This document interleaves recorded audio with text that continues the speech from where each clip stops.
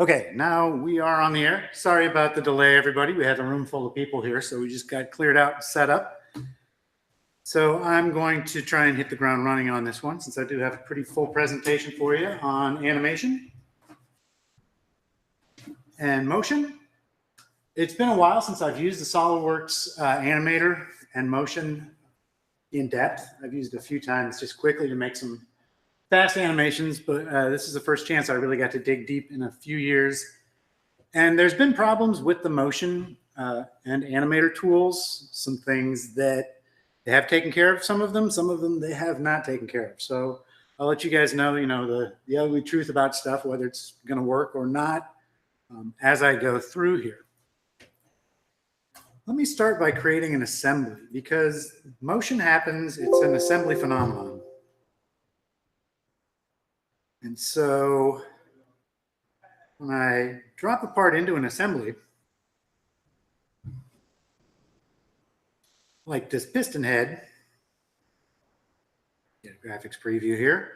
There it is. You want to be careful about where you drop your first part in. If I just click anywhere on the screen, that's where it's going to end up, anywhere that I click on the screen. It's a better idea if you want to bring your first part in, locked in at the origin, to just hit the green check mark. When I do that, here's my part. If you look in front of the part, this part cannot move. There's a little F in front of the part in my feature manager tree. And what that means is that part is fixed. I'll cover how to float it in a little bit. But what it means basically is when I try to click and drag on it, it can't be moved. It's a fixed part. If I take a look at the feature manager tree of the component and of the assembly, front plane, top planes, right planes, and of course the origin are all the same. They share the same coordinate system. And that's a great idea for when you are bringing in your first part, to have that fixed in space. One of the things with the freedom of motion is that you can't have too much freedom of motion. I'm going to be building a little piston with a piston rod here.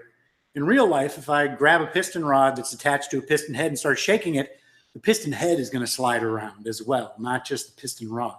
So that's why you fix your first part in space. So when you do go to move things, the entire assembly isn't moving around the table. It has one part that's fixed in space. For my next part, I'm going to bring in an assembly, a little sub-assembly here. And this one I am going to click somewhere. You want to make sure you don't hit the green check mark, or if your cursor's right over the L, that's the assembly origin. That's going to give you that 000 for your origin location, where if I click somewhere elsewhere, that part is not fixed in space. So here it is. And you can see that I don't really know where it is in space. It's just wherever I clicked. And it's free to move.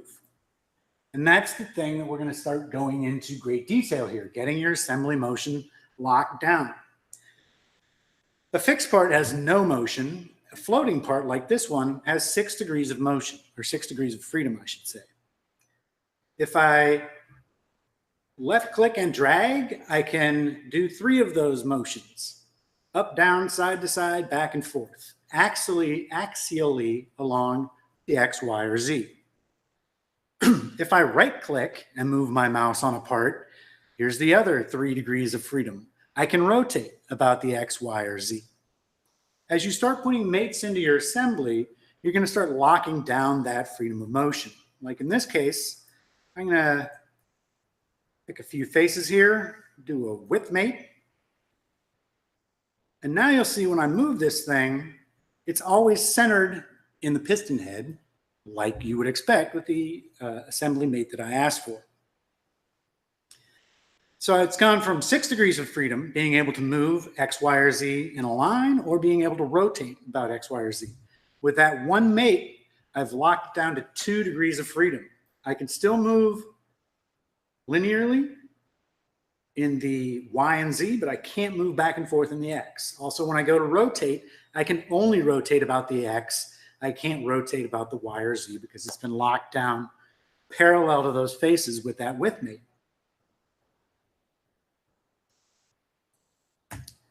Put in another mate here, concentric. And now I've got it locked down to just 1 degree of freedom. This thing's able to spin around that x-axis. If I did fully define this thing, which I could if I found a plane here, if I mated those two, you see that the little minus symbol that was in front of this part disappeared. If you didn't notice the minus symbol, let me just get rid of that coincident mate. And you'll see it come back up. Anytime you see that minus symbol in front of a part, that means that part is able to move inside the assembly. In this case, we need it to move inside the assembly because the piston rod is actually going to have that pendulum motion that we've got. One nice thing about mates is you can prove out a concept before you put any hardware in. I don't have a pin holding this thing in place, but the mates are simulating a pin for me. Let's take a look at that move command that I've been doing. When I click and drag on this, you'll see that the part goes right through one another. It does not care. They're like phantoms, which makes sense. If you have a large assembly, it'd be horrible to try and drag a bolt through a bunch of parts, banging off of it the whole time. So your parts can go just like a ghost right through one another. Also, take a look at how this move tool works. When I click on something, you'll see this button, whether it's a right click or a left click, gets pressed in.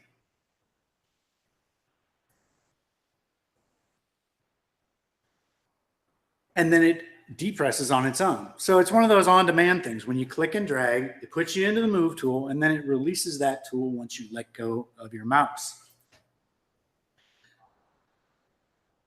If I turn the move component on manually, it allows me to do this standard drag, but you'll see I have other choices: collision detection and physical dynamics.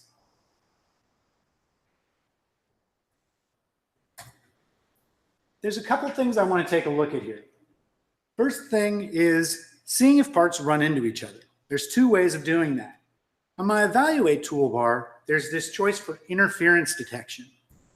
If I turn that on and hit calculate, it gives me a little jingle that says, yes, it did in fact find some areas where we've got interference. Can you hide the green bars? I don't know. Looks like there's enough there out there. Yeah, but it's not on my screen. Oh, all right. Never mind.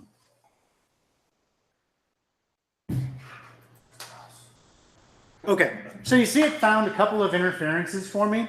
Two of these have to do with hardware. If you've got a threaded bolt with a nut in there, there's some overlap where the threads would go, because I didn't actually model the threads, and I certainly didn't put the two helicoils nested right in top of each other. And there's also this obvious interference where the two pieces are running into one another. When you look at an interference, you can check and see which parts are involved in the interference. But it's very much a snapshot in time. When I check interference detection in the assembly, and this time I'm going to tell it, you know what? I want you to check interference, but leave these nuts out of it. I already know they have a problem. When I go to calculate, there is no interference. So it only checks for where the parts are in position right now. It doesn't extrapolate where this part might be moved to later on. So interference detection is only where the parts are right now. If you want to do more of a dynamic clearance check type of thing, that's when I go to this assembly toolbar. Can I interrupt real quick, Lars? What's up? So live stream isn't working. That's what Don said anyway. Okay, hold on. So basically you're just talking to three of us right now anyway, so. Let me check I'm with, gonna go online right now and check. yeah, can you double check that? Because I've got a AE guy who's helping out with this. Because really, I mean, it's just us three. Shane, get back to work as long as you get to work. It says recording or streaming is on. Yeah, we're recording it, Lonnie, so hold on.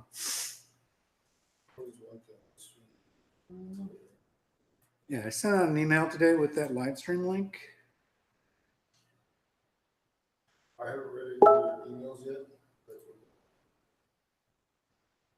helping out I'm with this. absolutely looking at live stream right now. I don't know what Don's doing wrong, but it's working fine. So it's recording or streaming is on. yeah, we're recording it, honey, so hold on. Okay. Sorry about that. Yes, we do have live stream. Check with Don on what he's doing, but back to the presentation. When I talked about this move component tool, that was the one where if you're clicking and dragging, it turns on itself and turns off itself. Why would you want to turn it on yourself? Well, when you turn it on, you have more choices. The standard drag that it's put on automatically is that same drag where it goes through one another like a phantom. If I turn on this collision detection, it'll only move until it hits the next part. So you can check out what your range of motion is. I can move it all the way until it clicks, then find that center of this component here.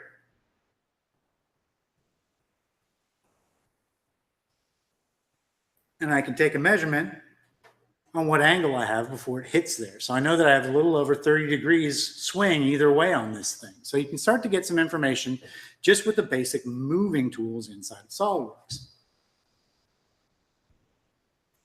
Let's put some more geometry in here. The first part that I put in, if you remember, I selected the part and then I just hit the green check mark. You can do that for any part. It's going to have the same effect that it did when I put that first part in. When you hit the green check mark in your property manager, instead of clicking somewhere on the screen, what it does is it puts that part that you dropped in with the front, top, right, and origins all lined up. It's got the same coordinate system as your assembly.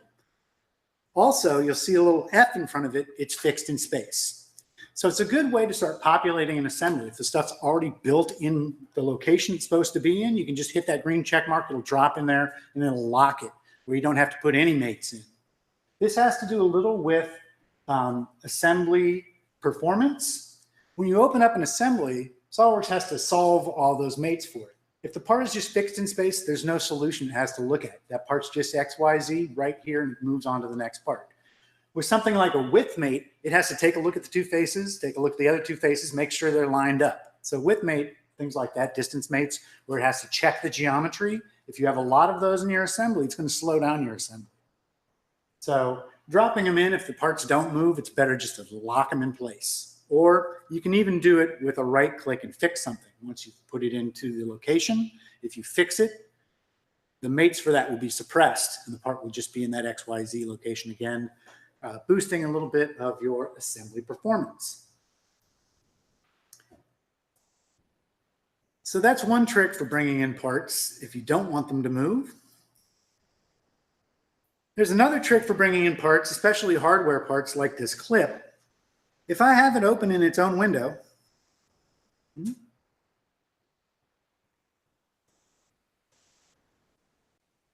this side, I have the assembly open in its own window, you can do a smart mate without having to hold a control or the Alt key. If I just click on this circular edge, you'll see that any circular edge I hit in here, it wants to snap to that.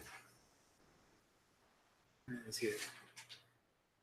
So see that little symbol? It's a peg and hole type thing. What it's going to do when I drop this thing in is it puts that part in and it gives me two mates right away. It gives me a concentric mate and it gives me a coincident mate. So this is great for putting in washers, nuts, bolts, that kind of stuff. You just have it open in one window and drag it, snap it into the other one. This part does have freedom of motion. Remember the little minus symbol in your feature manager tree allows you to see what parts can move. So this part definitely can move. If you're not sure on what motion it has, just click and drag it and see what it can do. So the 6 degrees of freedom have been, like with two mates, locked down to just 1 degree of freedom. This thing is able to spin around the x-axis. If you'd like it to stop doing that, this is a new thing, a few years old in SOLIDWORKS. You can right-click a concentric mate and choose to lock the rotation of that mate. Now you'll see this has gone, the little minus symbol is gone. If there's no symbol in front of your part, that means it's fully defined and it cannot move. All right. Same thing over here. Put this one in there.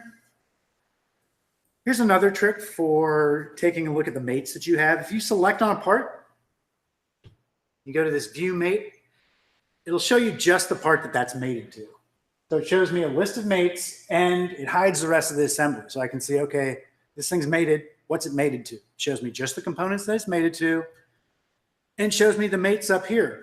I can suppress mates, I can delete mates, or I can even do things like flip rotation or flip alignment or lock rotation from that as well. When you close out of that window that pops up, it takes you looking at the whole thing again.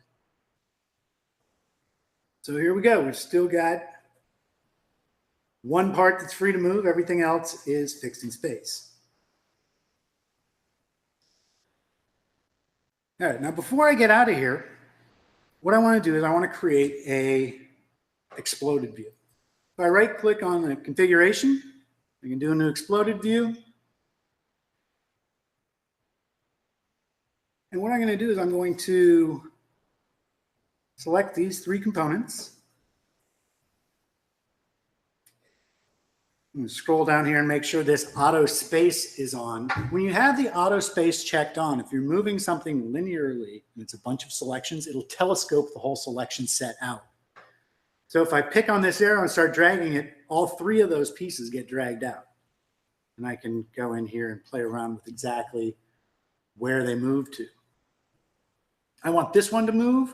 You see, I clicked on it. It's a subassembly. If you click on it and just a piece of it lights up, you want to check and make sure this setting, because you can actually select the subassembly and start tearing it apart if that's checked on. You pull the assembly apart. Here, I just want to move the entire subassembly. When you are doing an exploded view, by default, it gives you those XYZs based on the XYZ of the assembly. If you don't want to move in the assembly orientation, you can use a face or an edge to say, this is the direction I want this to explode in, rather than along the X, Y, or Z. So I'm going to explode, perpendicular to that face that I selected. One last trick. I've already exploded this subassembly in its own window. If you have subassemblies already, you select the subassembly, there's a button down here, reuse subassembly explosion. And there we go. Got the whole explosion. It's a little hard to see what's going on. But it collapses, it explodes. What's this got to do with animation? Here we go. If I right click on this explode, I can animate this. So I can see exactly how it is put together. You do want to make sure that when you create your exploded view, you're taking apart the pieces in the same way that they're assembled or taken apart to get this trick to work. Otherwise, stuff will pass through it, if you're doing it out of order. Yes, sir. Hey, Lars, when you did the, mate, can you set it so that when it's moved, when it hit the other part, it stopped moving? Yeah, there's a collision detection that I was using to get it to only go as far as the collision detection. The only other way you could do it is you could do it with a limit mate. When I did the collision, I figured out that I have 30.4 angle on either side. I could do a limit mate to make it so it only moves within that area if I want to. But you'll see that when I go up a level, the geometry around it's going to make it behave like it's supposed to. Okay, I've got this thing set to reciprocate. You can make it go faster. You can make it just go one loop around. So you've got some controls here. If anybody remembers the good old VCR days, here's your VCR controls right here. Okay, not bad. I can create an animation just on the fly right here. I can say, okay, somebody down at the shop floor does not know how to put these together. I'll make them a little movie. You click on here and it says, okay, we've got some questions for you. We're going to save it as an AVI. This is the aspect ratio that my screen's at right now. So it's a custom aspect ratio. I can switch it to if I want it to be square or, for high def TV. I can get the proportion that I want as far as the X and Y of my film. Also, frames per second. If anybody's taken film history, way back Charlie Chaplin days, you were looking at 14 to 16, maybe 20 frames a minute, and it was really jittery because they were doing it by hand. Then came modern film equipment where they had motors to it. They went up to 24 frames a second. That's too fast for your eye to adjust between the frames, so it looks like it's a motion picture. Today, 30 frames a second is what high-def video does usually. So what I'm getting at is if you have really low frames per second, anything lower than 16, it's going to have a flicker. Your eye is going to catch the fact that you're looking frame to frame. It's not going to be one smooth transition. So 16 is usually the minimum that I'll do. But you do have to remember that it has to take that picture 16 times every second that it's going to run. And when you do something like this, and I hit save, let me give it a different name here.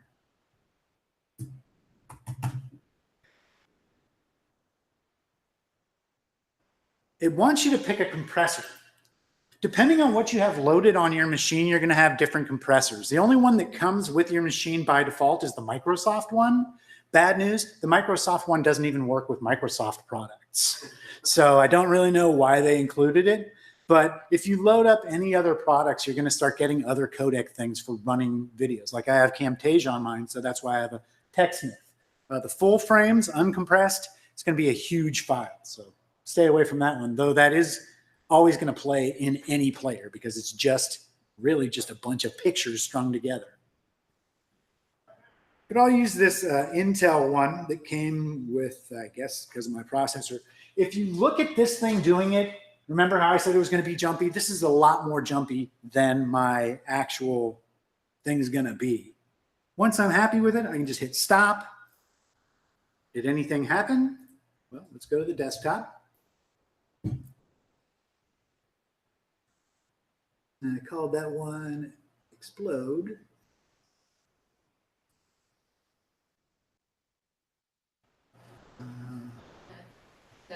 Oh, here it is. You're right. So it doesn't come in as choppy as it did when it was actually making it. You were watching the frames being taken as it was going. But now the frames are playing 16 frames a second instead of seeing them in real time as they're being snapshotted. So you get a nice smooth thing, but we don't have a whole lot of control over this. You just see what you get. One nice thing is this is something that I can do in 2 minutes. If I already have an exploded view, it's like, you don't get it? Here, I'll animate the exploded view. Here's the AVI. Does this clear it up for you? Hopefully the answer would be yes. But if we want to make something a little more polished or for, consumption online or something, you don't want to have that horrible video going,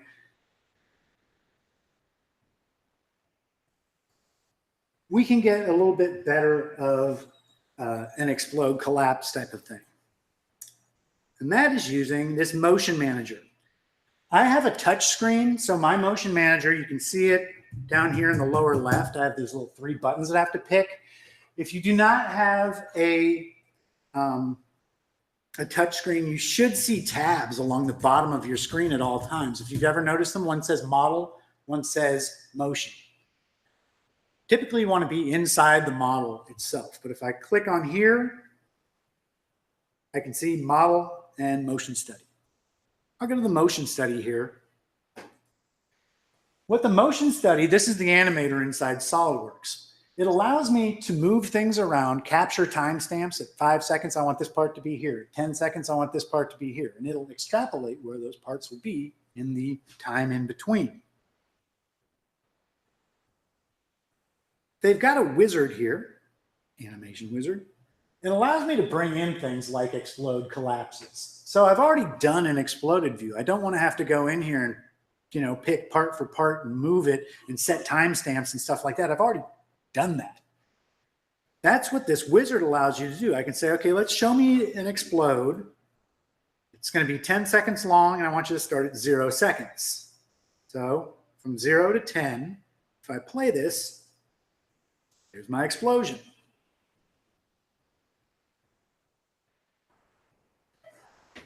Got it. Looks great. You can scroll through here. This little line here is your time in space.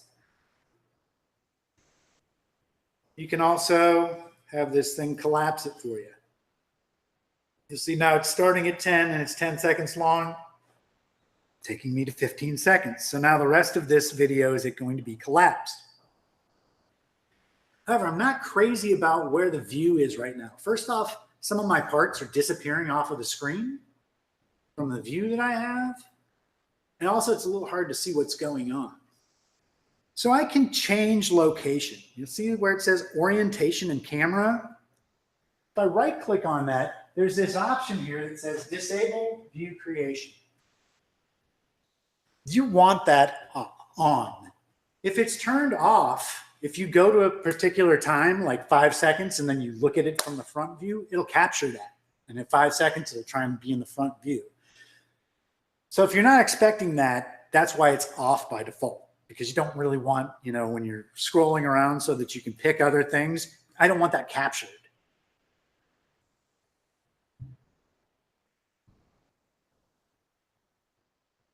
If I do want a particular spot captured, like let's say at 3 seconds, I want to look at it from this view. In fact, back it up a little bit down, because I know the screws are about to pop up. And if I right click, I can say place a key there. And what it's done is it's going from the isometric that I was in originally and scrolling over to there. You can move these things around if you're not happy with where it started or you want it to take longer. You certainly can. You can also copy and paste things so it stays at the isometric. Anytime you see a solid line, that means it's making a transition. Where if I copy and paste that location, since they're the same location, it's just going to stay in that position.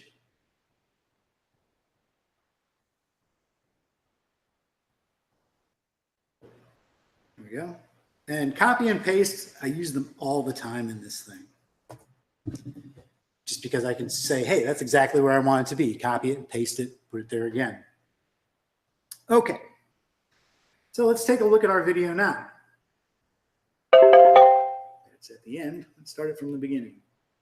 Here we go. I'm seeing a problem. Hey. Stop. Let's roll it back a little. That's the problem. Isn't that thing supposed to be out by then? So this part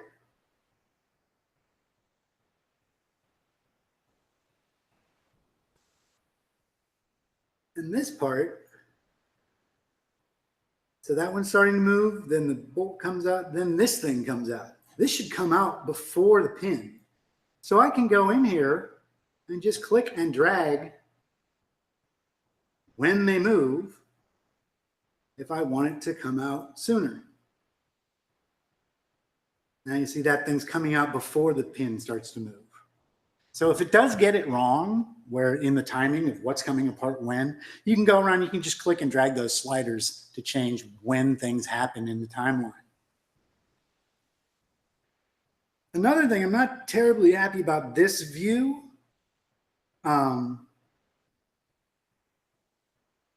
Right here, I need to change a little. I can do that. Replace the key. It now has that in there. I can copy. Oh, hey.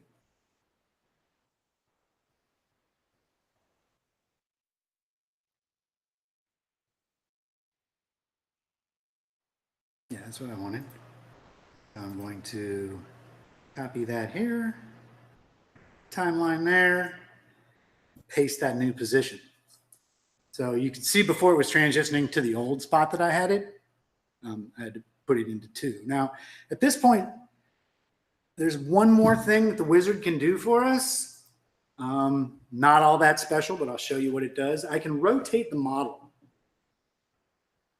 You pick which axis. Luckily, they have this triad here, so I can see what axis. I want it to rotate about the Y once. And I'll have it start at 5 seconds, because that's my space right there. Between 5 and 10, I say finish, it'll put in 1 spin for me. There, and then we can spin it around. If you don't like those, you can always just hit your delete key, get rid of particular keyframes if you don't want them. Okay, so that's a little bit on the animator. If I need to make an AVI, it's the same sort of thing. I hit here, pick the aspect that I want to have, how many frames a second I want. I can even pick, you know, which time frame do I want? Do I want to do the entire thing or just between 10 and 5 seconds? So I can take a look at it. One thing you want to make sure is try to keep your animations short. I'll explain a little later as I'm starting to make some more complex models that really long animations can be problematic. With something like this, it's really simple because nothing is getting resolved. It's just moving items here or there. But we can get a lot more complex if we'd like to. Okay, so if I go back to the model, puts it back together. Whenever you do animation, make sure you go back into the model if you're actually going to be modeling, making changes to items or things like that. The animator is capturing stuff you do when you animate, when the motion manager is done. So if you're changing dimensions or things like that, it's putting timestamps. Okay, at this time, I'm going to change that location or whatever. So if you're just making modeling changes, make sure you get out of that animator.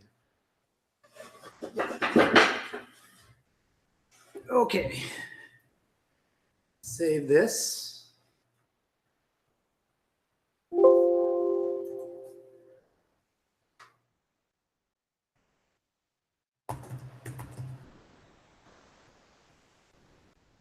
I'm going to start another assembly.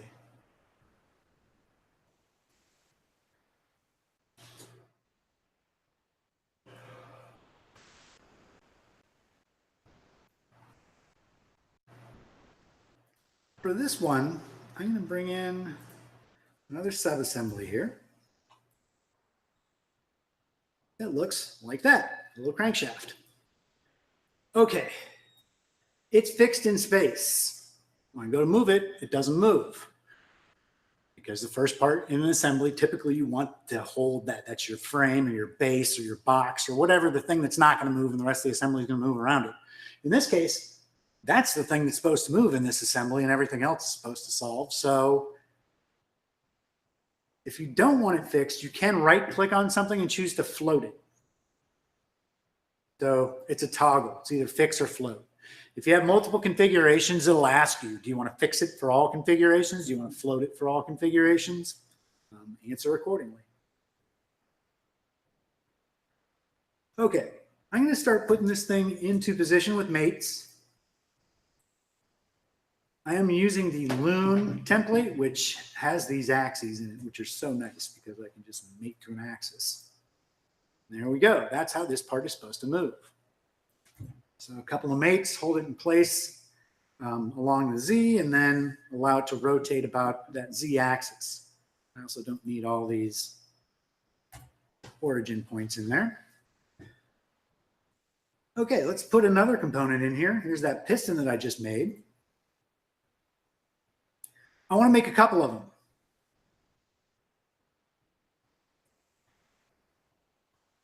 Let me go into my piston model again and just show you a shortcut here. If you hold your control key and you click and drag, you can make a copy, either in the graphics area or from the feature manager tree.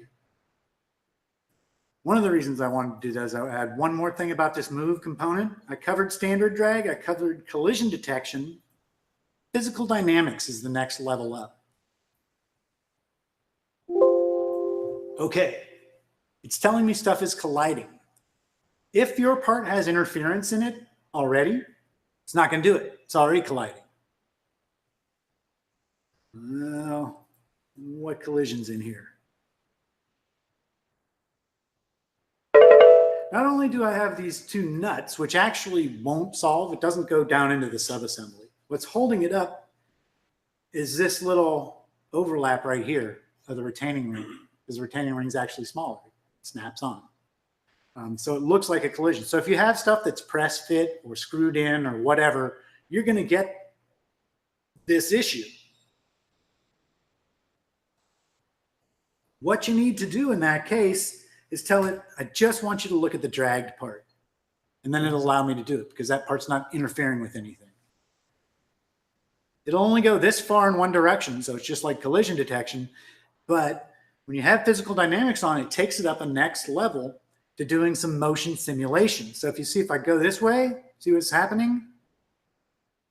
That part actually gets pushed out of the way. So it's not just, hey, you've come in collision and it stops. It takes it to the next level and says, well, what happens if I keep pushing? And you'll see that the part actually rotates about its center. So it acts like a part would. If you hit it on the side, it's going to spin that way. So keep that in mind. We're going to visit that later. Does it go back into that position when you drag it, the connecting rod back? No, it's going to stay there. So it just moves it and then it stays there. But if things are mated in place, like you've got a linkage or something like that, you know, you can get a chain reaction happening from when you move this part, it pushes all the rest of them. And we'll cover some of that stuff like that in a little bit. But it just reminded me because when I go in here, I want to give you a warning about when you want to do a sub-assembly with that control drag, you have to do it from the feature manager tree. Because if I do a control drag from the screen, it only gives me a copy of that component. So, okay, I don't want another one of those components. Here's the trick. Release your control key first, then release the mouse, it'll disappear. If you release the mouse first, it drops it in there, and then you have to delete it. If you want the whole thing in there, do it from the feature manager. Just click and drag the entire subassembly with the control key down, you get a copy. So here's my two pieces. Let's get these mated in for motion.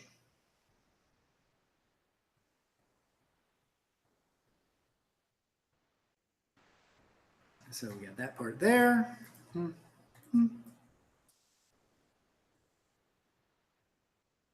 Width mate here.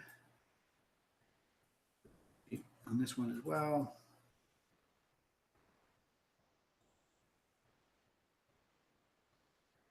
And give myself a concentric. So now it's placed on the crankshaft. One of your mates. It is. Did this one keep it? Yeah, you just.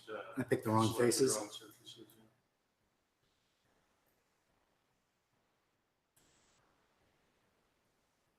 yeah. I sure did. Not that one. That one. Here we go. Okay. Thank you, Shane. So let's take a look. All right. That moves exactly like an engine, right? No, we've got problems. Okay. So in my piston head, piston rod, when I was first doing that, I was able to use a mate to mimic the pin before I put the pin in there. You can use mates to mimic this thing sliding in a cylinder as well. So what I can do is I can find one of these assemblies, go into the piston head part and say, okay, I would like that plane along the top plane of the assembly. Okay, I get an error. I'm not shocked because I was expecting this error. That's fine. Over to find the assembly, and I get marks all over here. Okay, here's the problem. When you have a subassembly inside of a SOLIDWORKS assembly, by default, that subassembly comes in rigid. It's treated like it's a weldment. In the case of the crankshaft and of the piston rod, I want those to stay together. Those things aren't supposed to fall apart. But when it comes to the subassembly of the piston head and piston rod, I want those things to do that pendulum motion that I had at the subassembly level. And that's what's keeping it. Right now, it's coming in rigid as it was last saved in the assembly. So if I went into this assembly and said, wow, I wish this thing wasn't as far over, I could do that. That got rid of the error, but this thing doesn't move. What I need to do is you need to select on the subassembly, and they even put it right here in the shortcut menu because it's so popular. It used to be a right click and you had to look for it, set to flexible. If you change it to flexible, the icon inside your feature manager tree actually changes. See how it doesn't have a block sitting on its shoulder? The block is now hovering above the shoulder of your assembly icon. I'm going to do it to both of them. And now you'll see the motion inside the subassembly is there for me. So it's just SOLIDWORKS being lazy. I was talking about, or actually being efficient, I should say, instead of lazy. I was talking about the fact that, you know, it takes longer to solve all of the mates and things like that. When you have width mates and distance mates, it takes longer for SOLIDWORKS to solve than a fix. Same thing at the assembly level. It's so much easier just to say this subassembly is always in this location at this shape. It doesn't have to think about it. Once you say, hey, you know what? I want this to be flexible, all of a sudden SOLIDWORKS has to think about it, especially in this case where I've got two identical subassemblies. They're going to be in different positions from one another from time to time. When one of them's up, the other one's going to be down. So SOLIDWORKS actually has to keep track of these at the assembly level. That's how it does it. You used to have to make configurations for each flexible one you were going to do. Now they've had it so that SOLIDWORKS is smart enough to solve it at the assembly level. It keeps the positions for the two different subassemblies in its head at the assembly level. It is going to slow down performance though, just because it's another thing for SOLIDWORKS to think about. Yes, Austin. You did for parts or assembly? It's at the assembly. It's at subassembly level. That flexibility is only at subassemblies. Yeah, you did on the stock level assembly or the parts of the The flexible, I did it at the subassembly component. So if I pick a component itself, it doesn't have the flexible. It has to be the subassembly. That's where that choice is. Does that answer your question? Okay. But sorry, I'm always never repeating those. For those listening, she was asking me, you know, do you do that at the assembly or at the component that you want to have move? You have to do it at the assembly level. So when I pick an assembly, I have the choice to make that flexible. But when I pick a component, it doesn't have that option.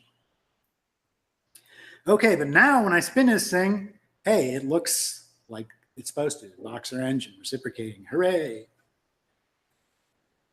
Okay, so I showed you an assembly explosion animation. That's one thing you can do an animation for. You can also do an animation for a proof of concept. What if someone has no idea how a boxer engine moves and they just get these pieces like, how does this thing even go together? What's the trick here? We can make a movie for them. So I'll go into my motion study. And there's 3 levels: animation, basic motion, and motion analysis. Animation's really the lowest level thing. It's just for doing like explode views, things like that. If you want to add things like motors or contact or gravity, you have to bring up to the next level, basic motion. Both of those come for free with the basic standard SOLIDWORKS. This motion analysis one goes even further. Not only can you put in motors and gravity and contact and springs and all these other things, but you can also get results out of them. They do not come for free with the basic package. You have to go into your add-ins and make sure that this SOLIDWORKS motion tool is turned on, or else that won't even be an option. You'll just have the basic motion or animation. But our network license manager has like 5 or 6 of these. Anytime you put SOLIDWORKS simulation onto your license, you have a basic motion. So for this, I checked out the SOLIDWORKS with simulation, and then I was able to do all these simulations. Okay. So I told you could add motors. Pretty easy. They add a motor, pick a face, and then you can give it an RPM here. There's other things you can do. If it's not a constant speed, it can be oscillating. You can put in a graph. If you know it starts to speed up and then it ramps down, then it speeds up again. Whatever you want to do. It doesn't have to be a constant, but that's by default. It just starts off at a constant speed. You can play around with exactly how you want to put the motion into it. I'm just going to do a constant speed. Also, you know, in real life, this thing would be going thousands of RPMs, but that's a terrible idea in an animation. Remember, we're talking about 30 frames a second. So if this thing's going around 1,000 times, it's going to be like a strobe light effect. You're going to be here's where it was, here's where it was, here's where it was. It's going to be really choppy. So in this type of thing, you know, 30, 60, 20, something that people can see with their eye, naked eye, to get the idea is better than just a strobe light effect of the thing. So I'll put this motor on. You'll see it puts it on for 5 seconds. That's just the default. I can drag this out for however long I want it to solve. And then I hit calculate, and it'll apply that motor. This is usually where you find out if your mates are okay. If you didn't mate this thing properly, it'll start to fly apart as it starts to apply the motion. But if everything's held together, you should be good. Gear mates work with this as well? I'm sorry, what's that? Gear mates work with this? Definitely. Yeah, gear mate. I'm going to do a gear mate here in a second. We got a whole nother hour. Okay. So this is a pretty boring animation. I could save it as an AVI, just like the rest of them. But what's nice about using this motion analysis tool is it gives me this little reports tab right here. You pick here, and you can pick different forces, momentums, things like that. So if I want to find out the angular momentum right there,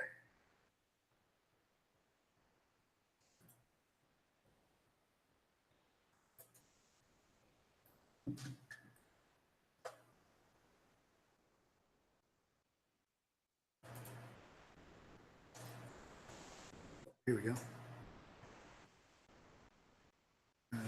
Magnitude, there we go.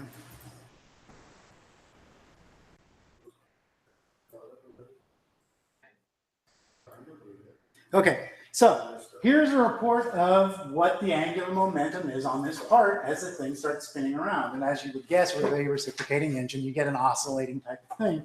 But you can see that it's figured out, how many Newton meters is this thing going and at what time stamp are we hitting, how fast is it going? When is it going fast? When is it going slow?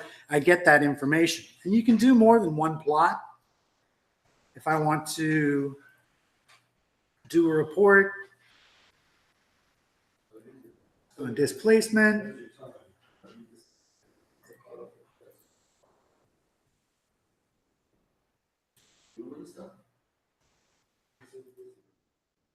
oops.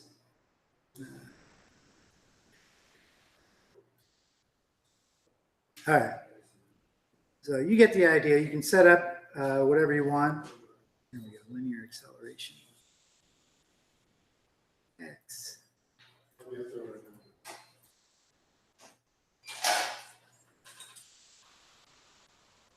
There we go. Okay. Well, so I get these reports out. You can do different plots. When you close them, they're only hidden. You still got them. If you go down to the bottom here, here are your results, different plots that you've done. All you need to do is show the plot. They'll come right back up. So it bases that on the So basically, mass properties of the components. exactly. His question was, where is it getting all this information as far as forces and magnitudes and things like that? It is based on, you give the material, you have to, even if you have the base material in there, it's got a weight, right? So it figures out the weight of the part, the center of the part, all that information is in there from the geometry. So it just does the math on your geometry. Obviously the amount of force is going to change if I make this whole thing out of plastic or something like that. We're going to have different forces involved at different plots. So it is definitely based on the geometry and the material conditions that you apply to your geometry. Well, those results, can you export them as a PDF or something? Ooh, that's a fine question. So his question was, can I export this plot? I will have to get back to you on that. Export to a spreadsheet. Oh, there, export to a spreadsheet. I really am worried that it's not going to work. I can export to Excel. Right, because SOLIDWORKS is Windows-based. All of its reporting is Excel-based, and because we're here at Google and nobody has Excel on their machines, we're all supposed to use Sheets, which I do, but it doesn't export it out to Sheets. So if this is something that you need, you're going to have to get Excel loaded onto your computer to be able to get that to a spreadsheet. Good question, though. All right. Any questions on that so far? Just the very basics of how to mate things for motion and how to get a simple animation or motion study started. Okay.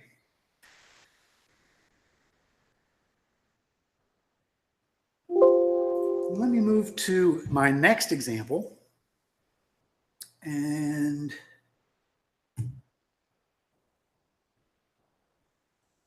That's this right here. So I'm going to do a pre-example because the example that I have, I've had some issues with it as I've been practicing this thing. So I want to show you just the really basics of having a flexible part.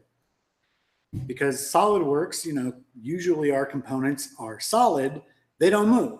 You design them to whatever spot you want. But in this case, I've got a spring.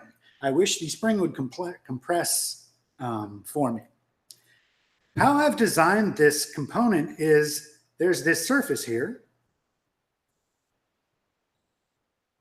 Show it. That everything's based on the height of it.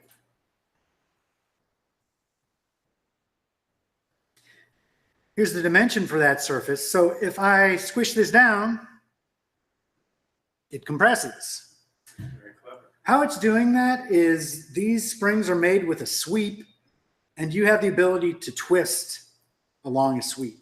So these are this. If it wasn't twisting, it would just go straight up. It would actually give me an error, but because they're planar. But I told it, hey, I want this thing to spin around 4 times as you go up that sweep path. So this is great for making coiled wires or making springs or just bogging down your graphics card in general. Okay, but here's the magic, right? So this thing has the ability to have different pitch for its coils built into the model.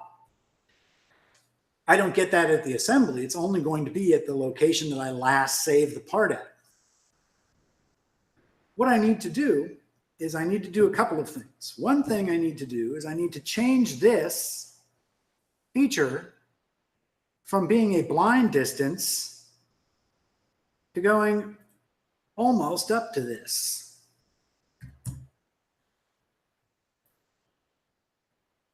Now it's the right height. And if I move this and rebuild it, it'll always be the right height.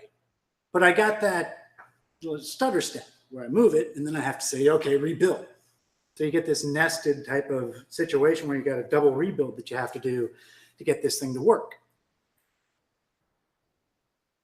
How do I get this thing to an animation where it looks plausible like a spring? What I'm going to do is I'm going to put in a distance mate.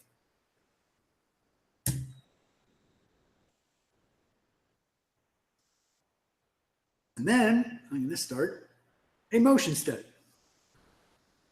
When you have either a angle mate or a distance mate, there's another one that's called a path mate that I'll show you a little later. Those can be changed just numerically inside of your animation. So if I go to, let's say, 3 seconds, I go down to here and I double click this, it's at 50 right now. Try it at 35. And then I'm going to use a little bit of that trickery where I'm copying and pasting. Okay, here's the reason why you don't want to do long animations. See this little yellow bar here? When you are making animations, there's the model itself where everything's in the same location as it was when I made it together. When you're in an animation and I'm changing locations for things, I'm broken away from where it was in the model. It can be anywhere. So what SOLIDWORKS has to do anytime I make a change is it has to rebuild that animation up to whatever timestamp I chose. I chose 4 seconds. It had to say, okay, what's that spring look like throughout until we get up to that spot? So that when I'm looking to make a change at 4 seconds, that's actually where I want it to be. So I'm doing this every time I change this, I got to watch this thing rebuild.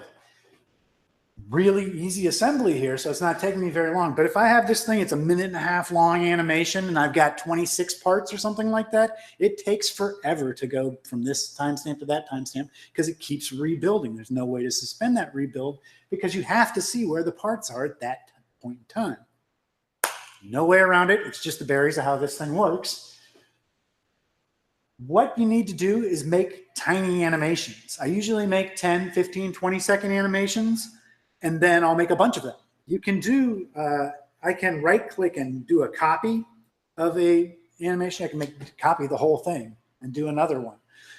If you have certain home spots, like if you always go into isometric at the end of it, you can make a bunch of them and string them together. Either using like Microsoft Movie Maker, or I use Camtasia. Just string those AVIs together. No one will be the wiser. It looks like a 1.5-minute video, but it's actually a bunch of little videos strung together for that 1.5 minutes that you want to present. Okay. Asia in the software center. No, you have to ask for it. Okay, so you see that thing swishes, boingy, boingy, boingy. It looked a little choppy, same way it looked choppy when I was doing that explode and having it create the things. It should be a little smoother now that it's solved it once.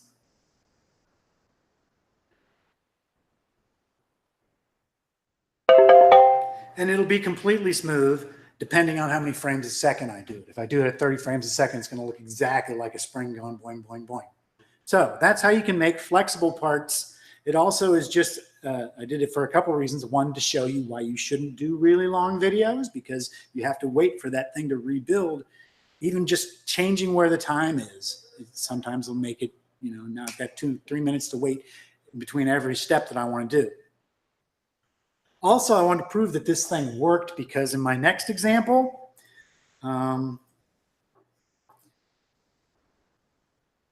it's one of those things where I created it early on in this presentation. That's not the right one.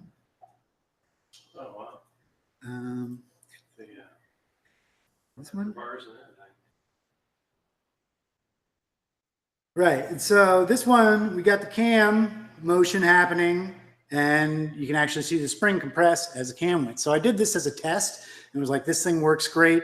And then I haven't gotten it to work great ever since. So I'll talk a little bit about why it might be failing for me, but I wanted to make sure that you guys saw a real live example working fine before you saw this, which may or may not work. Okay.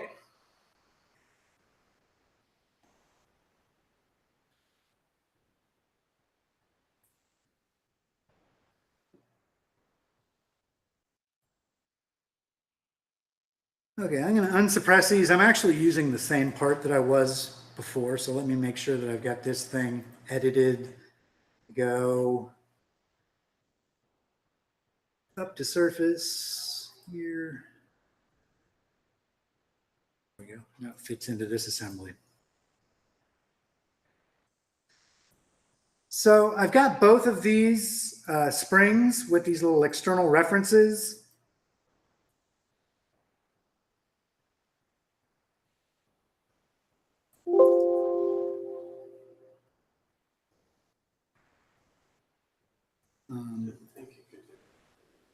Oh, oops. I'm doing the wrong one here. Okay. The problem is that this thing's been defined in another assembly. That's fine. All I need to do is go in here and rip that external reference out.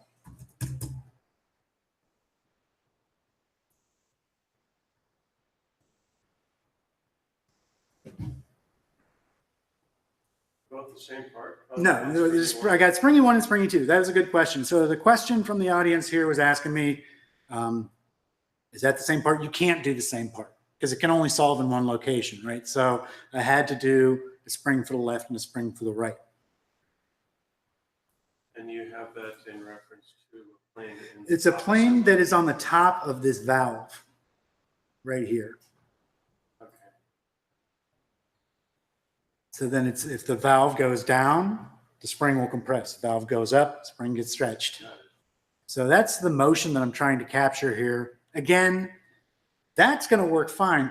The problem I'm going to have is mating these cams. So let's talk a little bit about the mates inside of SOLIDWORKS at the assembly level.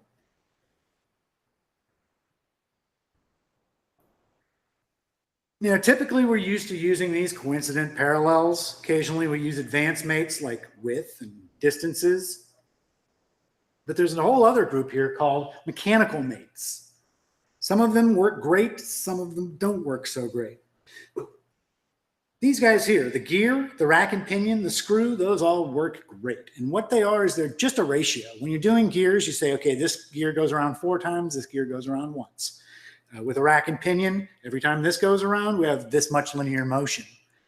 Screw is very similar because as you're rotating thing, linear motion will happen where it pushes out of whatever it was screwed into, or goes screwing into it, whichever way you're going. Before I put any of them on there, I want to try and get this thing. Whoa, they're already on there. It's not that cheating. Okay.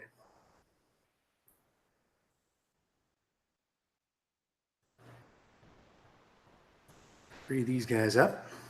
Okay, so if we take a look at it now, these things are not hooked up to anything. All right, I got my valves. I want one all the way down. One all the way up. And then I want to get these things kind of in position. At this point, I could go into the move component and use that physical dynamics that I was showing you before, and you can spin the gear and the teeth of the other gears will push it. You can actually test for like backlash on that because you can see how much room do I get before the thing starts moving the other direction. However, it would work in this assembly very slowly. If I add another gear, it gets even slower. So if you have a huge gear train and you try and do it with physical dynamics, you will lock up your processor because it's got to check for every face that may or may not be coming in contact with one another. Very processor intensive. So only do that for testing backlash. If you want to see how your gears move, just use a gear mate. When it comes to a gear mate, you don't actually have to have teeth in your gear. You can just design cylinders and then worry about making the gear teeth later, or never make the gear teeth. If you're having the gear done by, an outside vendor or something, you just tell them what kind of teeth you want and they'll put them on there. Now, if you pick, since these two diameters are the same, I'm going to get a 1-to-1 gear ratio, which is fine because that's actually what I want. But you can type in any value here. If you want it to be 1-to-1, you can do that. You'll see it coats it yellow so you know that that's not the original one that was put in there. But by default, it just goes with, hey, this is the diameter of this is the diameter of that, and it'll start that out as your ratio. But you can type in anything you want. Usually it's the number of teeth. You type in 48 in one, 12 in the other. You could type in, 4 to 1 as well, do the same thing. So it's just a ratio. Before I say okay, it is always a good idea to give it a little jiggle to make sure that it is going the right way, because it can go 2 directions. You see, if this is reversed, that's wrong. So it's a good idea to make sure that your gears actually are meshing in the direction you want before you say okay. Do the same thing over here.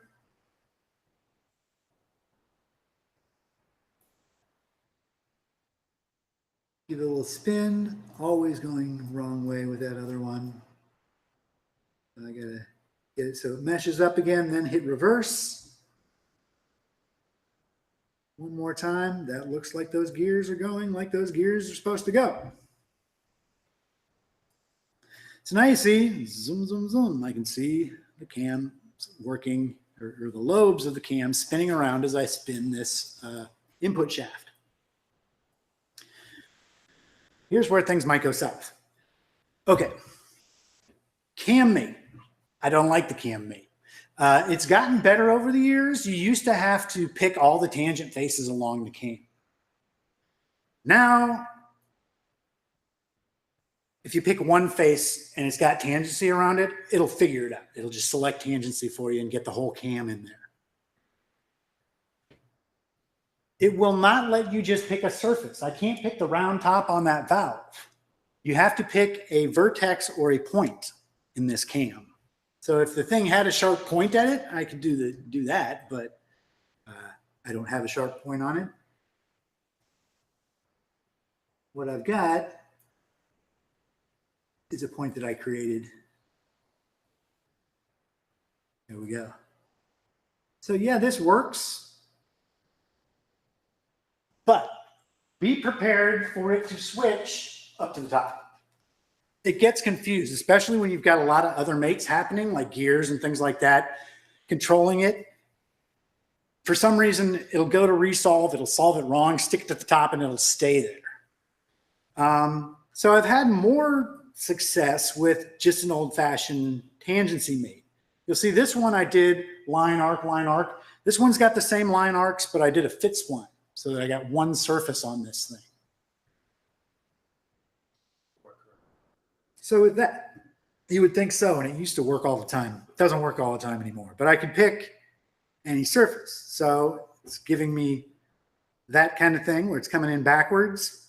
I can try to reverse it, not having so much luck. Undo that one. Just get them a little into better position here. Maybe move this thing closer. So it's finicky.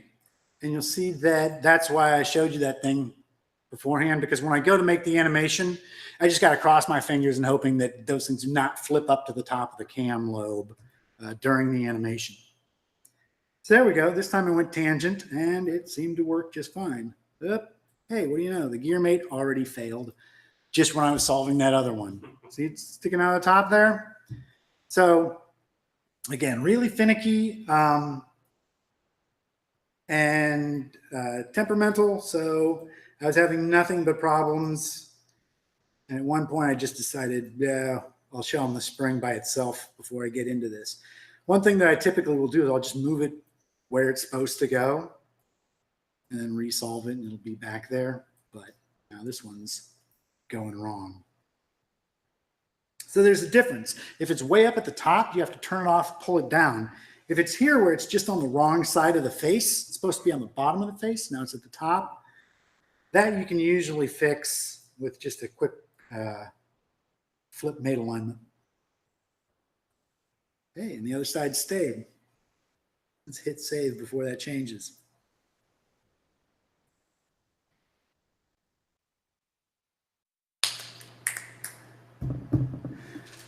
Okay. So I'm going to attempt to make the springs go as the valves are going. Again, it really, I'm at the mercy of whether this thing solves correctly while it's in the motion manager. But we'll go in to the motion manager. Actually, let me just start a brand new one. New motion study. I usually try and do motion analysis on this as well. I'm not after any reports and I'm not putting in gravity on here. So what's the point of me doing the motion instead of just a basic animation? The basic animation I have seen on many, many occasions, not only the cam mates going goofy, but gears, the ratio going backwards or reversing direction or something like that when it's in the animation one, where I get much better results when I'm in the motion analysis. So I'll put a motor on this. Again, make it slow enough for people to see what's going on. And then I'll just solve it. Oh my gosh, it's working. I'm so happy. Okay. You see that it's not changing the size of my spring. It's going to do that when I do it frame by frame because it'll resolve it every frame. Didn't look like the back. Yeah, it's having problems. Anytime you see a red spot. So these ones were going fine. The other ones seem to have problems. As I warned you, this may go south on us, but there are other things I wanted to show you.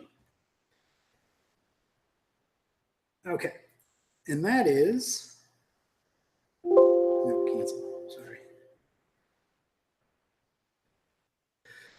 Another thing I want to do is I want to create a camera.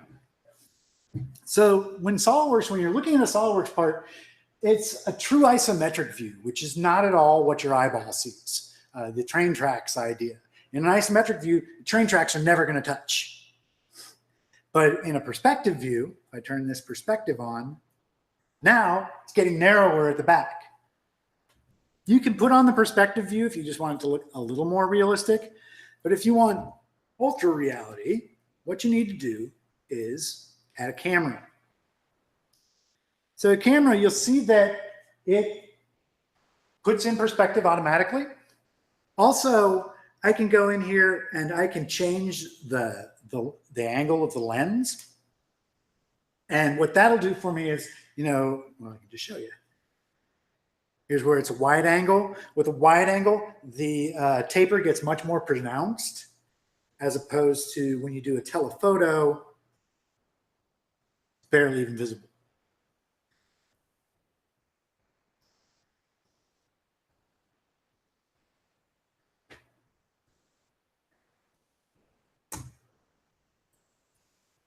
All right, I'll give this thing one more chance to behave itself.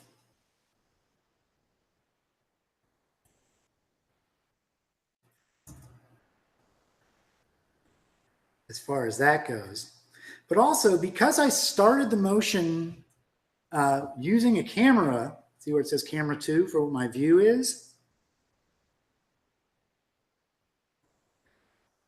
I can find that camera and I can change its position. Again, it's got to rebuild. This is actually giving me more. Ooh.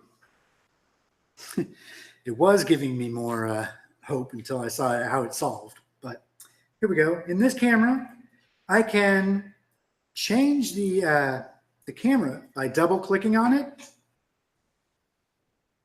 and swinging this thing into the position I would like it in. If you go over here, you don't have to do eyeball. You can do like a Cartesian coordinate system and move it along a globe, longitude, latitude, or a Cartesian. You can also go here. This is where the focal point of the camera lens is. This is where the screen is. So I can move it over here as well if I want to move it relative to where the model is. But that's where I want it. I'll right click. And you'll see it puts a point there for where my camera is. So I can do that same trick that I was doing before where I can copy and paste and it solves in between.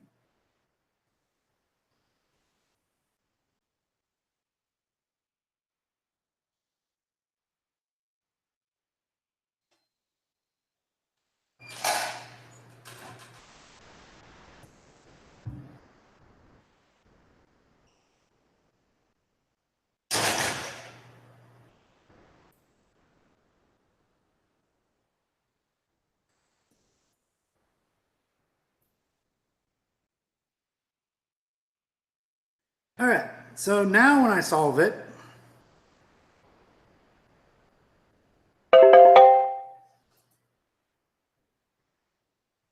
and I play it, I can have it swing that camera position for me to a new camera position. Then I can see all of my cam mates explode. Another thing, I'm having trouble seeing through the part. Another thing that you can do during your animation is I can find a particular component, like this component. If I open it, I can move it, I can do the explosion view, or I can edit the appearance on it. So if I move it to here, where I want it to change, actually let's move a little further.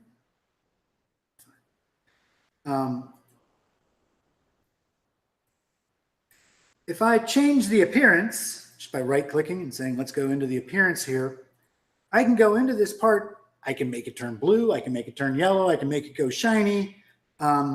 Or, in this case, I can make it go transparent.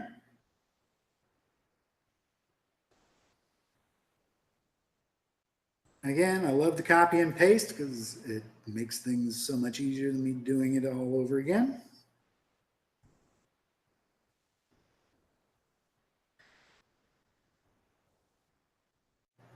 Now I resolve it. You'll see not only does the camera move into position, but part goes transparent for that point of time and swings back. So there's another animation for you.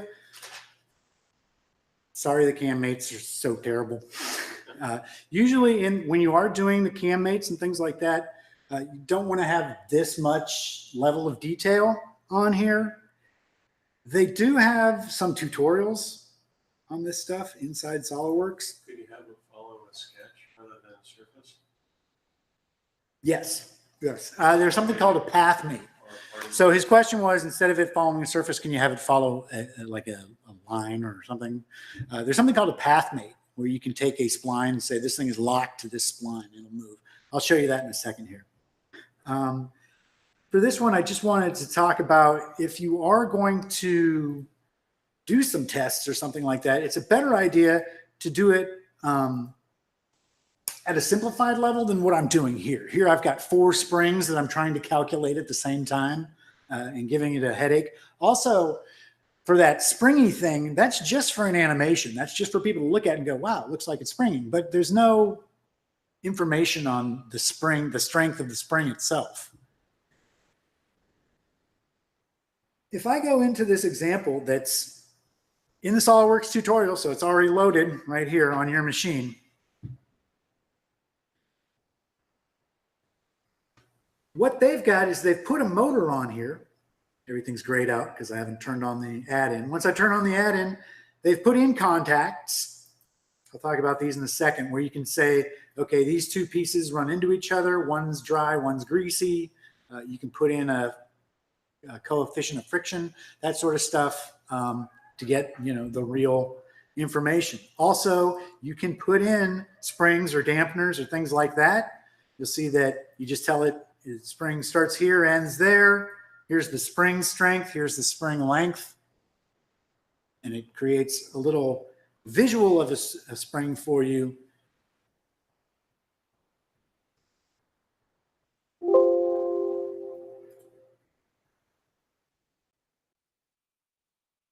And you'll see it'll give you that. And you can go in, you can start putting in, you know, things like contact forces, like between this part and that part, and find out, you know, how big of a whack this thing takes when the rocker is bouncing off of it. In this example here, they actually show you that if you speed up the RPM too much, the thing jumps off of the cam for too long for it to catch the lobe on the next go round. So you get an idea of, oh, you know what? I can't go this fast. This many RPMs is impossible with this geometry. Right. So you can get some answers like that, you know, beforehand, but definitely simplify it. Instead of trying to do the 4 overhead springs at the same time, just test one of them. And then once you've got that, then you can start, you know, doing your fancy animations or not fancy, depending on how that cam mate holds up.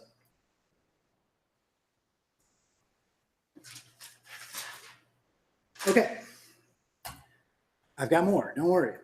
Let's the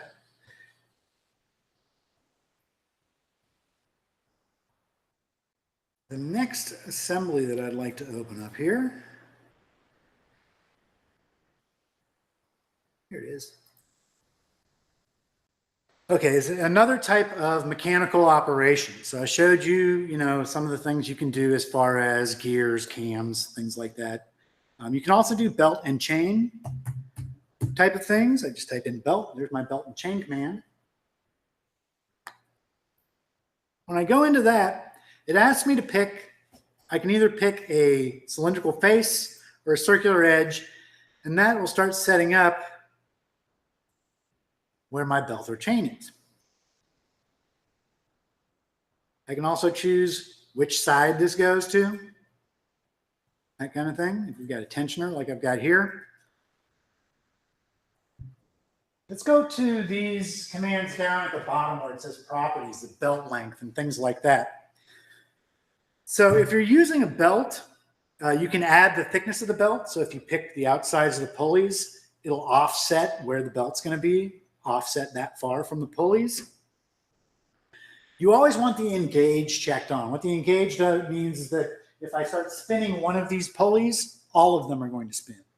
Like there's a belt attached to them. The other thing here, if I say use a belt thickness and then create belt, it'll actually just extrude that shape that you're seeing for the belt right there. It'll extrude it as a solid part. For a belt, the belt doesn't look like it moves. The pulleys look like they move. So it really doesn't matter because, you know, unless the belt's got something written on it, you can't really see it move. Not so much with the chain. Obviously, with these little sprockets here, I'm going to put a chain on this one. One thing about chains, it's really hard for me to get something like that in a chain size. So if you have that driving unchecked, whatever the geometry is now, that's the belt size or the chain size it's going to give you. But if you say driving, you can type in a value in there. And now I don't have to get a this long plus this many decimal places out belt. I can get an exactly a 36-inch belt, exactly a 24-inch belt or whatever. It'll move whatever it can. If this thing had been locked in place, I would have gotten an error. But I actually left that thing with some freedom of motion so it can move up and down. And that's what it's doing. It added a little bit of belt to it, and so it changed position for that little bit of belt that I added on there. And I say, okay. Woohoo! All right, so this is good. This gives me the ability to say, okay, all of these things are connected by something. When this thing moves once, this will move so many times just by the diameter of it. And if I wanted to fine tune the diameter, you can. It starts off with the geometry you selected. But if you want to have an exact number, these are the diameters that you're doing. And so it'll adjust that belt whatever amount it needs to do to make up for that. Okay. They've had this forever, well, at least a decade. This one is not so new. Let me show these. So before, like I said, you could mimic a belt and it would just extrude a solid piece and it would stay in that place. But it didn't really help us with chains. There's now something called a chain component pattern. You've got different types of chains you can use. I've got connected linkage where there's one that fits inside the other one, sort of like a belt chain, bike chain. And I want to pick the chain path. Here's the rookie mistake. Don't do that. I do not want this just on that line. I want it on the whole path. Which was why they were nice enough to put this selection manager button there for me. I can say, okay, I want to select a closed contour. That's the one, picks the whole loop for me. So you need to do that in order to get this thing to work right. And you say, okay, that's my part. The centers are here, and then I've got a mid plane, shows me where it is there, and starts to move it in position.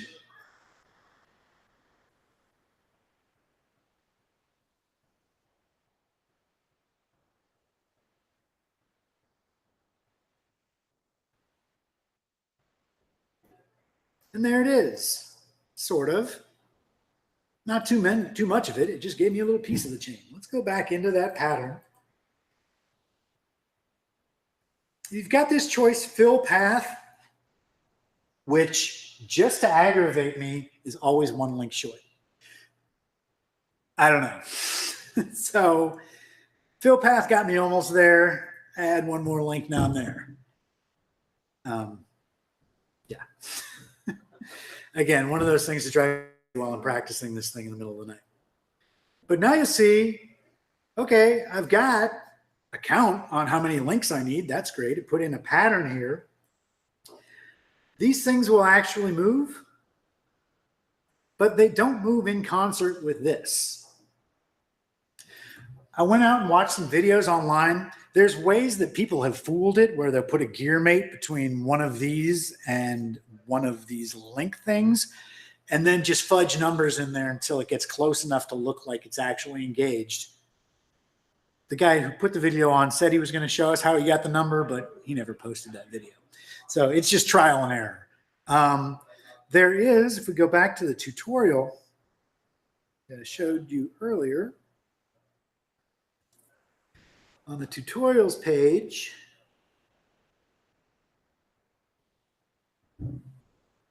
they have something that is very similar to what we're trying to do, that you can control a link. And this gets to your question, Shane, that you asked me earlier about, can I mate things to a line? And that's what they've done here. They've got these things called path mates. So what they did on their pieces, on the axes of where those little chain links are coming in, they put these things called path mates. If I look at the path mates, this one's got a distance. The rest of these path mates are just called free. So the difference is when you have free path mates just anywhere along this path, it's kind of like a Pierce relationship, if you can think about it. It's free to slide up and down that path, but there's no real distance to it. It's just somewhere along it.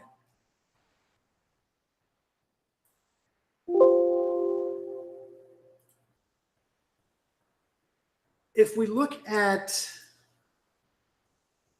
the mates, remember I was able to change angle mates and distance mates. I told you that earlier.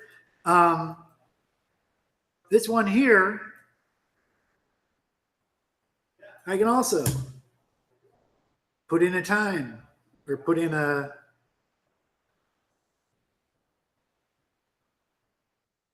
distance. Just messing with me.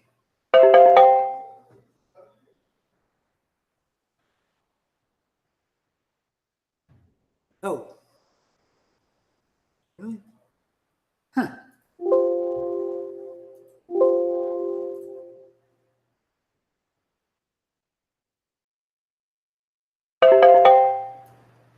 I'm going to show you something incredible, but it moved that much. Let me try editing the definition.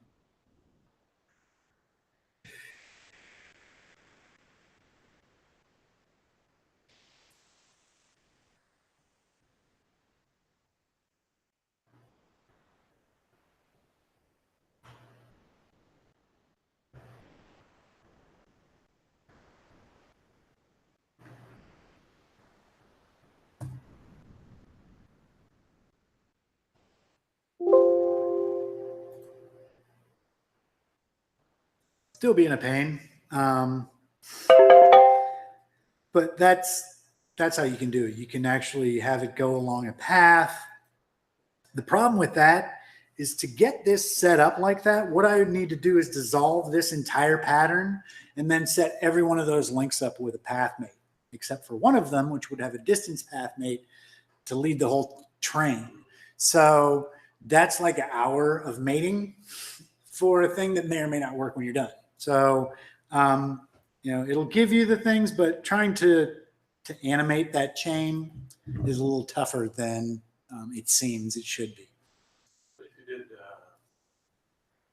the move command.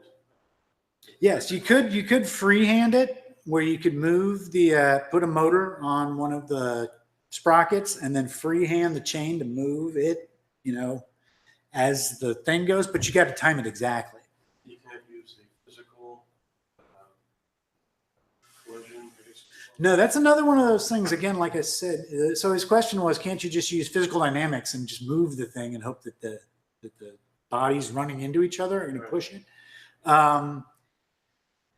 It's going to lock your processor up just because it's got, once all those sprockets hit all those chain things, it's going to have too much to think about. When it starts to move and the next one comes into contact, it'll probably freeze up. So it's a good idea, but I really don't think it's going to work.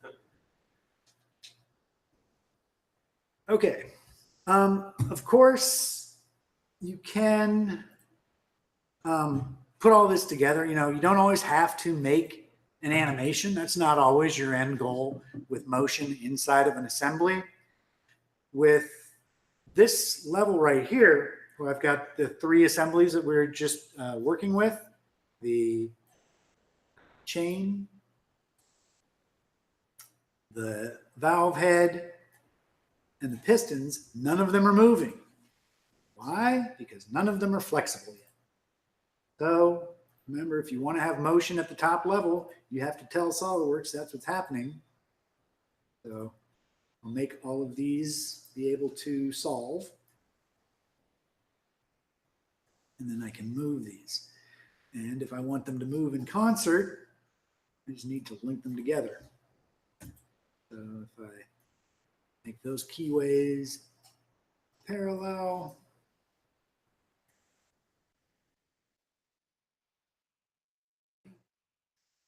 same thing over here.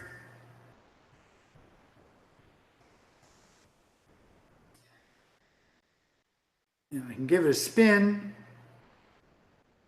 and see where my valves are when I'm at the top. So there's my exhaust is opening up. And because this thing's got, 4 to 1, the next set's not going to open up till a couple of revolutions.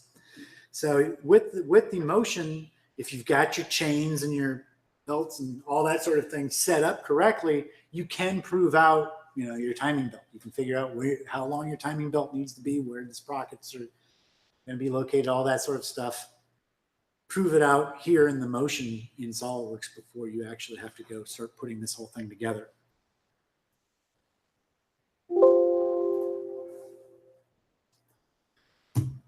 Okay, wow. It's one of those things I always think I'm short, and I've got way more information to show you. Let's show one last thing on that. This thing's supposed to be a BMW engine here, and I've got back end somewhere, 200, there it is. Okay, here's another trick. So I've showed you how to put motors on, how to deal with mechanical mates, things like that. Another thing that people like to do a lot of times is to do a dynamic cutaway, where you're looking at something and then all of a sudden the cover of it gets cut back in real time and then created. Or you can do this sort of thing if you want to have text fly in from the left and come up above it, something like that. You can do that sort of thing with a dummy part. So I've got this part called cutter. Let me open it up. Oh no, there's nothing in it. I'm just kidding. There's not supposed to be anything in it. All this thing is doing for me is I located it so that it's locked up and down, side to side, but I've got a distance here where it can get closer to the model. So this is the plane that could get closer to it. I'm going to start a sketch on there. SOLIDWORKS is always watching me, so it's telling me, hey, stupid, you're in an assembly. Are you sure you want to start sketching? I don't turn that one off because often I'll do that by mistake where I thought I was sketching in the part. I do want to sketch in the assembly at this one, though, so I just say, okay, thanks for the heads up, but what I want is something that's big enough to cut into this whole thing, and I'm going to do an assembly level cut. So I want it going this direction. Really doesn't matter how deep, just deeper than what I need to cut into. But I also don't just want to cut square into the entire assembly. That's not going to show them what I want. I just want to cut away, the transmission housing and that thing right here on the back of the hub. So I can turn on this feature scope. And what that allows me to do is say, okay, the only parts this is cutting are those three. And absolutely nothing happens to my assembly because the cut is still 250 millimeters away from my assembly. Let's create a motion study.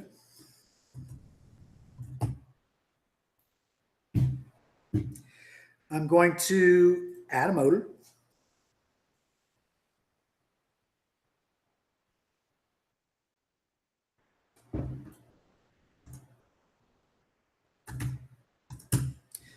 Once a second, should be fine.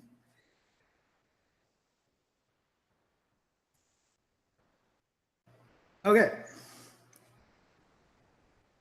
Now, the other thing I want to do is I want to go in here and find that distance mate for the cutter and say, okay, at about this time, so you select where you want it in time, double click the dimension, the properties will turn up for it. At 3 seconds, I want that to be a distance of 0.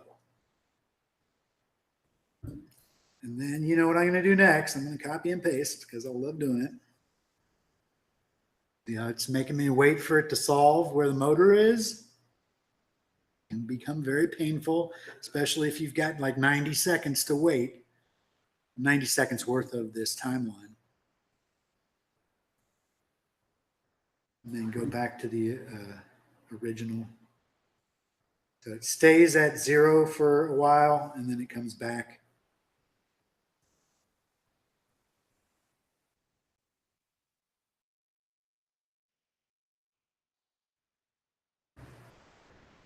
There.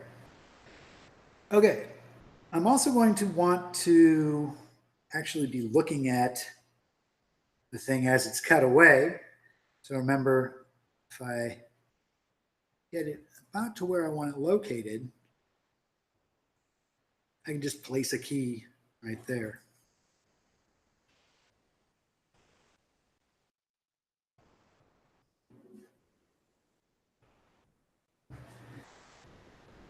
So now you can see, hey, it's spinning around, not showing me that cutaway because it hasn't resolved it. Let's do it. Calculate it. So it'll go around, it's spinning the motor for me. And here comes that cut getting to the point where it's actually cutting into the assembly. It's only cutting away those 3 pieces that I asked to do. If I hadn't have said that, it would have chopped everything in half, and then I wouldn't really see the gears or the U-joint or anything. Those would just be sliced. So when I'm finished, I can play through this thing. It slices into it, and then it comes back. So that's how you can do like a dynamic cutaway. I think I have one that I did earlier. Looks like that. Oh, So yeah, you can see what's going on inside of something, and it looks pretty dang professional. If I must say so myself. Okay. Any questions before I leave the Beamer stuff behind? We got 15 minutes. I think I can cover these last 2 pages quickly.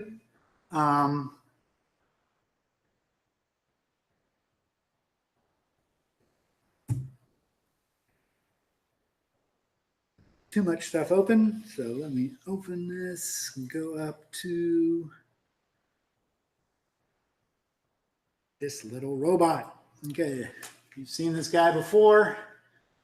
He loves being in these SOLIDWORKS presentations.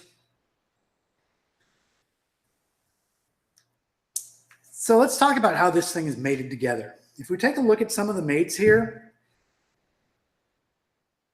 you know, a lot of this stuff is just holding everything together, but I've got these angle mates. So the legs don't move. The legs are locked down by the angles at the hips, the knees, the ankles. The arms are still free to move. That wasn't a mistake. I'm going to bring some stuff in a little later on that. One thing I did want to talk to you about is see how this angle mate and this angle mate look different? It's got a little black symbol here, sort of like when I do a lock rotation on a concentric and it puts a dot in the middle of it, letting me know that this is a concentric plus something else. This is an angle plus something else. If I look at just a regular angle mate, I pick the 2 planes, it figures out from what I've got where it's going to be measuring, whether it's obtuse or acute, right? When I first place it in. The trouble comes if you are changing the angle and you go past 180 or 360, sometimes it flips the script on you and thinks, oh, this is not acute anymore. And so when you thought it was going to start going 1, 2, 3, 4, it starts going 359, 358. It's going the other direction. Nah. That was something that was always a bugaboo inside SOLIDWORKS, and this is one of the things that they actually did fix the past few years. If I go into this, what I've got going is I picked the axis that's going through the knee for this reference entity. When you do that, what it does for you, try it again.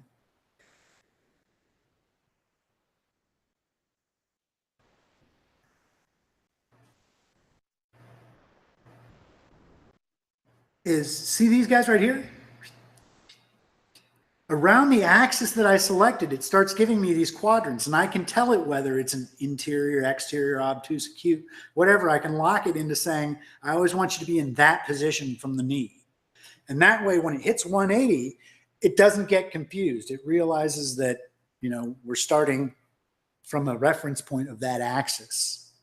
So it's always going to be to one side or the other. It's not going to flip like it used to. If you've never had the problem before, I don't know if that explained it for you, but if you've had that problem before, you're going to realize that's the thing, because a lot of times you type in 45 and it's 45 the wrong direction. That's what's happening to you, is SOLIDWORKS got confused as to what reference it was using for where 0 is. So that requires an axis. It requires an axis, yeah, at the point of the angle, at the tip of the angle. Okay, so I've got these guys, left hip, right hip, left knee, right knee. In the past, what I would do is I would start a motion analysis, and I would go into each one of those angles, hit a timestamp, type in what the new angle is, go to another timestamp, type in what the new angle is. Very labor intensive. They've created something called the Mate controller, which is much faster. So, okay, I got a Mate controller here that I want to do. What you do is you pick the angles that are going to be involved.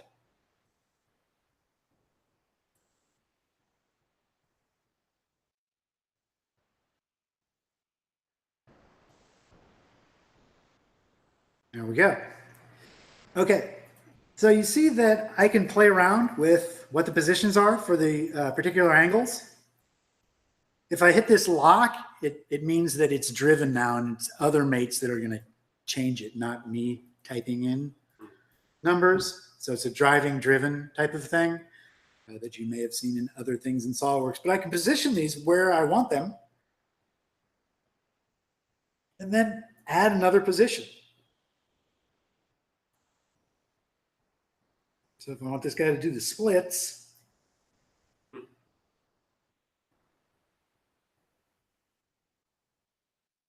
I can start doing that. You add position by position, key frames that you want to position.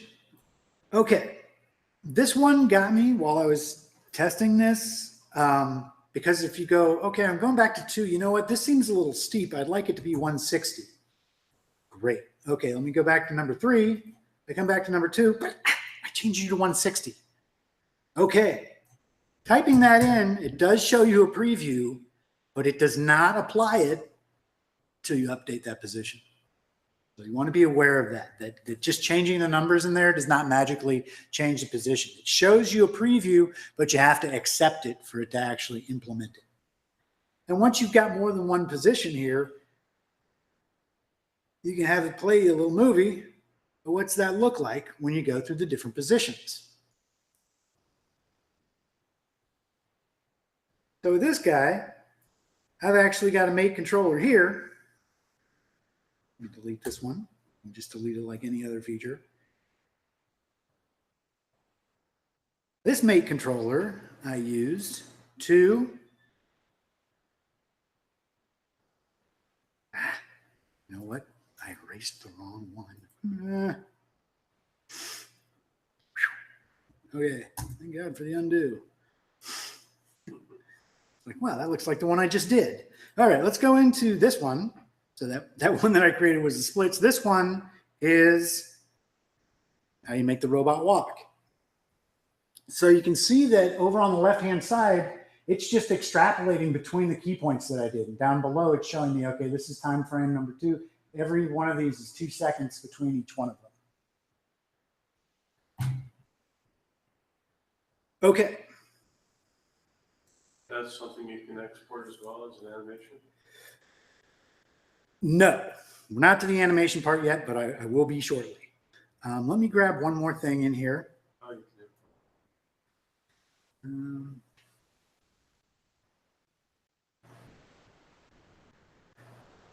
do. This guy a basketball. Wow, that's a big ball, huh? Okay. It's sort of positioned. One nice thing, if you're looking down at it, straight down an axis, you're only going to be moving in that axis when you're moving stuff.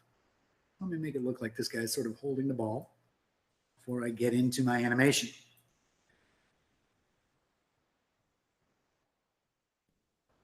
So I'll go into a motion study with this thing. Let me start a new motion since I've already got stuff in here. So a new motion study. If I go into the motion analysis tool and I hit the wizard, I have the ability to bring in the mate controller.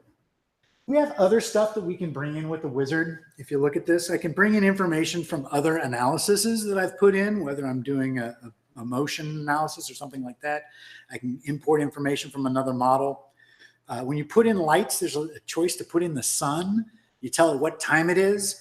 In your animation, you can actually run and see the sun track across the sky if you want to see what kind of sunlight you're getting in some area or something like that. So different things you can do with it. You can bring in mate controllers as well.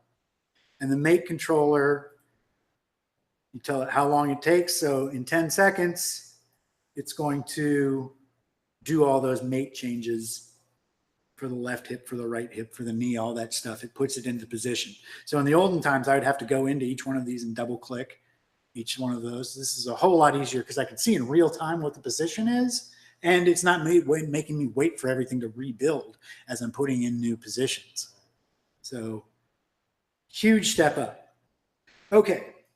So that's one way you can get motion to go. You can also just free drag something.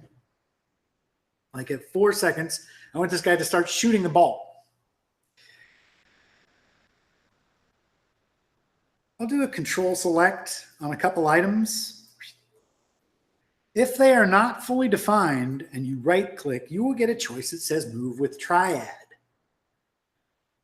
It's a whole lot easier to do this than it is to just free drag. When you're free dragging, the problem is it's kind of where do you put a part if you just click somewhere in space? Because if you're looking at the isometric, you might think you're moving in one way, but you're actually moving much further in the X or the Z and you don't know it. So this triad allows me to move stuff along an axis, all in concert. So I can get this thing up to where he's about to let go of it.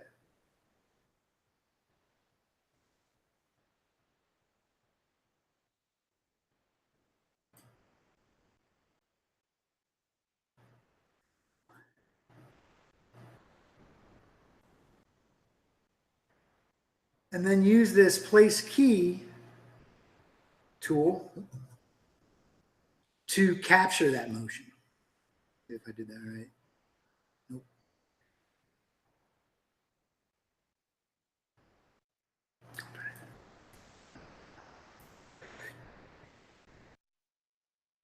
Try it again. So control select.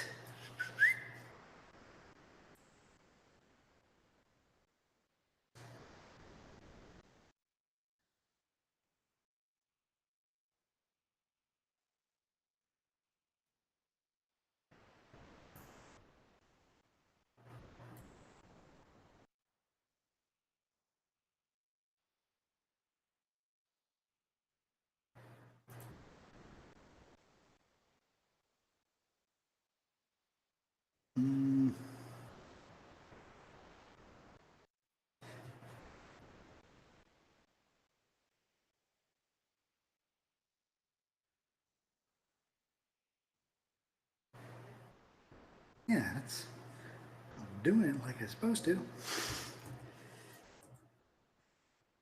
These things have not moved at all.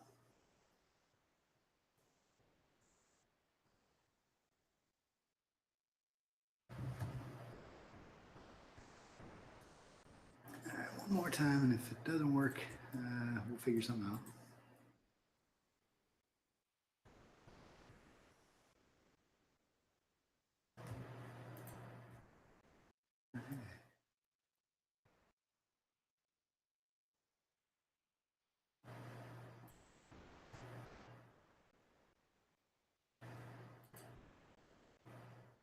Oh, that's the thing. I need to highlight the part that I'm going to place the key for. That was it. Yours is.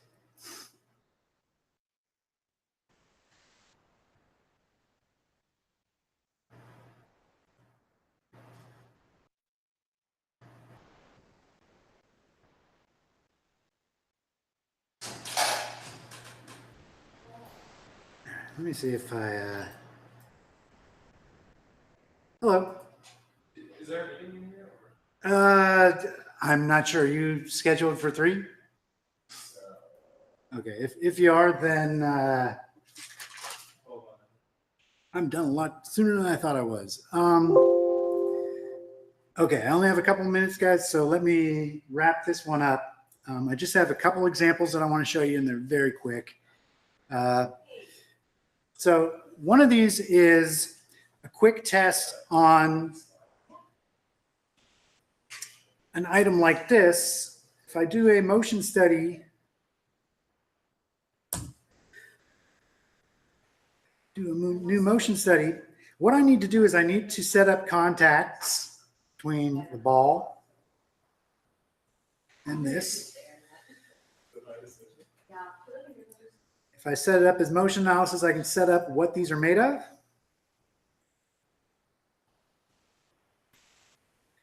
And I can also add gravity.